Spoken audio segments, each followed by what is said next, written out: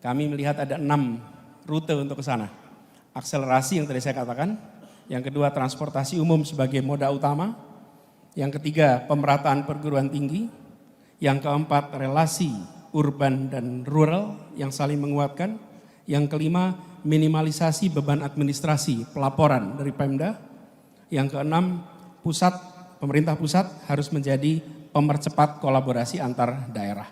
Ini 6 hal yang kami rasa perlu kita kerjakan untuk kota-kota Indonesia di masa yang akan datang. Sebagai catatan saja yang terkait dengan transportasi umum Bapak Ibu sekalian, ini perlu secara serius dipikirkan dari sekarang, jangan sampai seperti Jakarta. Kami di Jakarta berpuluh tahun menggunakan pendekatan namanya car oriented development. Pembangunan berbasis mobil atau berbasis kendaraan darat. Ke depan kota-kota harus membangun berdasarkan transit oriented development, berdasarkan kendaraan umum. Apa implikasinya? Seperti contoh Pak. Kami di Jakarta ini kalau mengizinkan bangunan itu boleh dibuat tinggi kalau jalannya lebar. Makin lebar jalannya, makin tinggi izin bangunannya. Makin sempit jalannya, makin pendek bangunannya. Kira-kira prinsipnya seperti itu. Jadi kalau jalannya seperti Gatot Subroto atau Jenderal Sudirman, gedungnya menjadi tinggi-tinggi karena jalannya lebar. Ini transit oriented. Ini car oriented. Apa yang terjadi dengan konsep itu? Kita siapkan jalur-jalur keluar kota. Lalu yang muncul problem apa? Kita tidak bisa membangun bangunan yang tinggi. Karena bangunan yang tinggi adalah di pinggir jalan dan bangunan tinggi di pinggir jalan harganya mahal. Apa yang terjadi kemudian?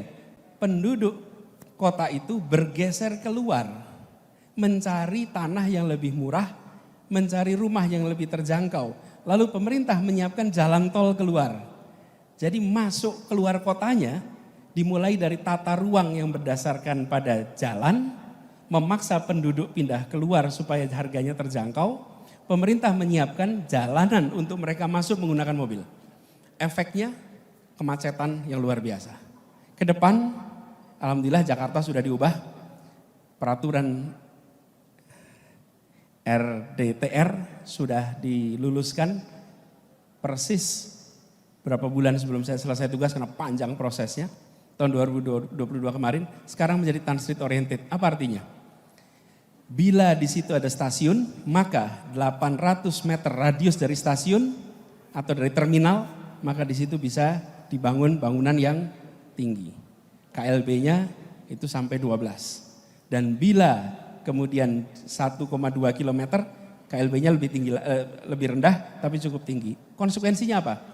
Nanti 5-10 tahun ke depan Bapak Ibu akan melihat pertumbuhan bangunan-bangunan tinggi di sekitar kawasan terminal dan kawasan stasiun.